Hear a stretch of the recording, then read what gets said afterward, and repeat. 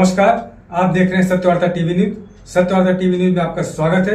आइए नजर डालते हैं आज के मुख्य समाचारों पर।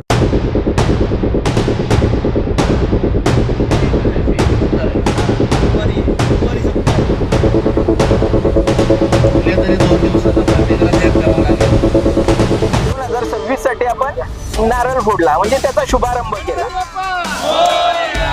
24 जानेवारी ते 28 जानेवारी असा हा महोत्सव सुरू होणार आहे, साजरा होणार आहे।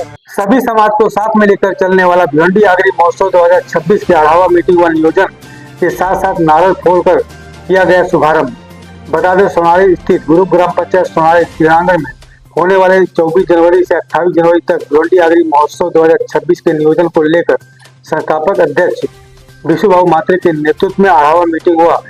उपस्थित पदाधिकारियों के हाथों नारळ फोड़कर शुभारंभ किया गया। इस उपलक्ष्य में डॉक्टर यशवंतदादा सोरे, भगवान ठाकुर, सुनील पाटिल, शशिकांत कथोरे, विष्णु राघव मात्रे, विजय जोशी, संदीप मात्रे, हर्षद पाटिल, सनेश्वर महाराज वाकड़े, मोहन मनेरा आदि पदाधिकारियों के साथ साथ महिला पदाधिकारी भारी संख्या में उपस्थित थे। पूरे अढ़ावा मीटिंग की जानकारी देते हुए डॉक्टर यशवंतदादा सोरे ने जानकारी देते हुए क्या कहा, आइए देखते हैं इस खबर में। गणपती बाप्पा मोरया। अनंत कोटि ब्रह्मांड नायक राजाधिराज योगीराज परब्रह्म श्री सच्चिदानंद सद्गुरु साईनाथ महाराज की जय। साई बाबा की जय। साईनाथ महाराज की जय। स्वामी समर्थ महाराज की जय। गावदेवी माते की जय। बोलचर्या देवा की जय। सर्वप्रथम सर्वांना जय आगरी। आज भिवंडी आगरी महोत्सव 2025 यासाठी येथे सर्वजण जमले आणि भिवंडी आगरी महोत्सवाच्या आढावा बैठकीसाठी आज येथे 2026 साठी आपण नारळ फोडला म्हणजे त्याचा शुभारंभ केला। जर विचार केला तर आजची जर उपस्थिती बघितली तर खरोखरच सगळ्यांना आगरी महोत्सवाचं आकर्षण आहे आणि प्रत्येकाला ती आवड आहे हे बघून नक्कीच लक्षात येतं। अतिशय चांगल्या प्रकारची उपस्थिती होती। आता सगळ्या कार्यक्रमांच्या बद्दल चर्चा झाली। पहिल्या दिवसाचा कार्यक्रम असेल आपलं वारकरी महोत्सव। वारकरी महोत्सवामध्ये काय काय केलं पाहिजे, त्याच्यानंतर प्रत्येक पुढचे 4 दिवस सगळ्याच गोष्टी असतील, म्हणजे गाणी असतील, वेगवेगळ्या प्रकारचे सांस्कृतिक कार्यक्रम असतील, सगळ्या गोष्टींचा एक आढावा घेतला। तसेच शेवटी काय करायचं यासाठी परत एकदा मीटिंग होईल।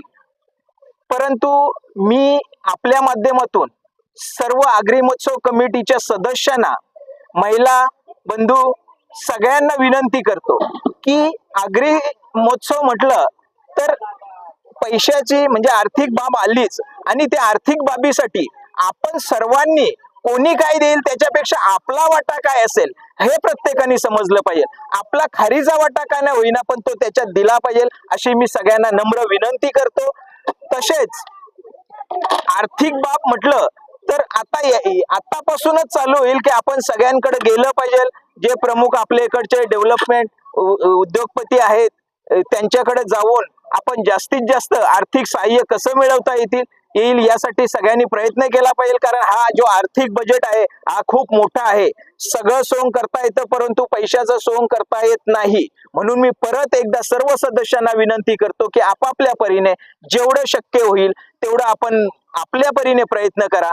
तसेच भिवंडी आगरी महोत्सव हा दरवर्षीपेक्षा कसा मोठ्या पद्धतीने साजरा करता येईल आणि तो कसा जास्त नावारूपाला येईल यासाठी सगळ्यांनी प्रयत्न करावा। सगळेजण आवर्जून प्रयत्न करतात परंतु त्यापेक्षा अधिक प्रयत्न करून हा आगरी महोत्सव सगळ्यात मोठा आगरी महोत्सव कसा होईल यासाठी सगळ्यांनी प्रयत्न करावा ही सगळ्यांना नम्र विनंती। जय आगरी। सगळ्या भिवंडीकरांना मनापासून जय आगरी। या वर्षीचा भिवंडी आगरी महोत्सव सगळ्या समाजांना बरोबर घेऊन जाणारा महोत्सव हा येत्या 24 जानेवारीला सुरुवात होणार आहे। 24 जानेवारी ते 28 जानेवारी असा हा महोत्सव सुरू होणार आहे, साजरा होणार आहे। तर याच्यासाठी आजची ही पहिली नियोजनाची सभा या ठिकाणी झालेली आहे। बऱ्यापैकी चांगली बरीच माणसं आली. आम्हाला वाटलं नव्हतं की पहिलेच मीटिंगला आवरी माणसं येतील, पण समाजावर प्रेम करणारी माणसं काही कमी नाही. आगरी समाजावर जेवढा आगरी माणसांचा जीव आहे, तेवढा बाहेरच्या माणसांचा पण जीव आहे. कारण आया जे पत्रकार आल्यात ना, ते त्यांचे कोणी आगरी नाही, सगळं बाहेरचं आहे, पण त्यांचा जीव असल्यामुळे त्यावेळी या ठिकाणी हजेरी लावलेली आहे. आजच्या या मीटिंगमध्ये चांगल्या प्रकारे चर्चा झाली.